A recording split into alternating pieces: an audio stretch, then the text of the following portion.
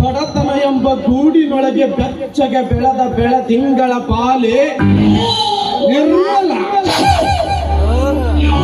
ಮನಸ್ಸು ಕೋಮಲ.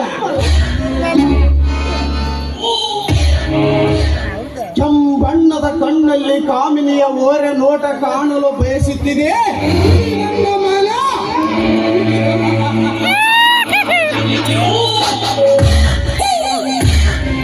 ಬಳ್ಳಿಯಂತೆ ಬಳುಕುವ ಅವಳ ಬೆತ್ತಲೆಯ ಬಾಡಿಯನ್ನು ಕಣ್ತುಂಬ ನೋಡಲು ಕಾತರದಿಂದ ಆತರಿಸಿದೆ ಈ ದೇವರಾಜನ ಮನಸ್ಸು.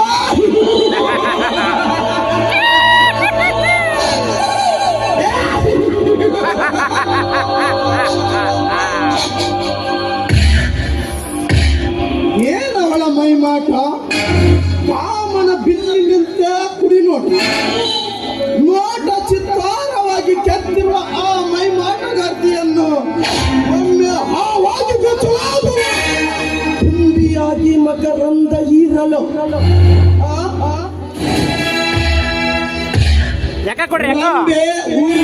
ಮೇನಕೆ ತಿಲೋತ್ತಮೆ ಇವರೆಲ್ಲಾದ್ರೂ ಒಂದು ಕಪ್ಪು ಚುಕ್ಕಿ ಇರಬಹುದು.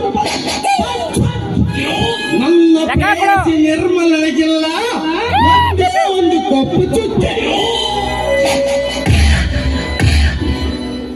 ಬಡತನ ಎಂಬ ಕೆಸರಲ್ಲಿ ಬೆಳೆದ ತಾವರೆ ಸುರಲೋಕದ ಪಾರಿಜಾತ, ಸುಗಂಧ ಸೂಸುವ ಮಲ್ಲಿಗೆ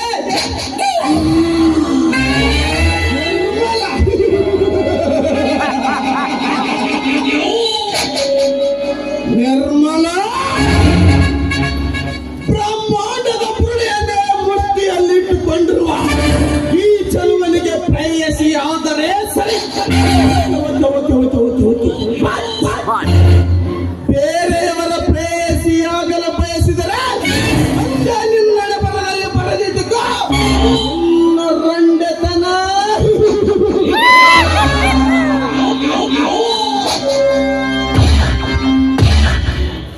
ನಿರ್ಮಲ, ನಿನ್ನ ಬಾಳೆ ದಿಂಡಿನಂತಹ ತೊಡೆಗೆ ಮಿಡಿನಾಗರ್ನಂತೆ ಏರಬೇಕೆಂಬ ಆಸೆ ಈ ಹಠವಾದಿ ದೇವರಾಜನ ಕನಸು.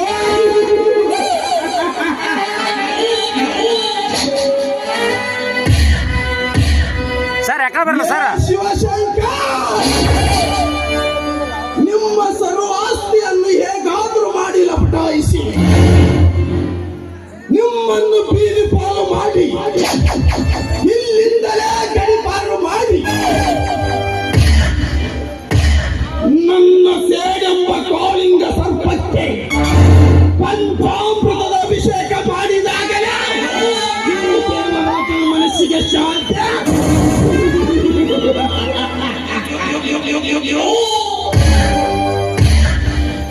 ಕಣ್ಣಿಟ್ಟರೆ ಕಾಮುಕ, ಕೈ ಕೊಟ್ಟರೆ ಬೆಲೆಗಡಿಗ. ದೇವರಾಜನ ಸ್ಪೆಷಾಲಿಟಿ. ನಿರ್ಮಲ, ಸುರಿಯುತ್ತಿರುವ ನಿನ್ನ ಸರ್ವಾಂಗದ ಮೇಲೆ ಪಂಚಬಾಣದ ಪೋಸ್ಟರ್ ಅಷ್ಟೇ ಕೂಗಿ ಹೇಳುತ್ತಿದೆ, ಇದೇ ಈ ಮೈದೂರಿನ ಸೃಷ್ಟಿ.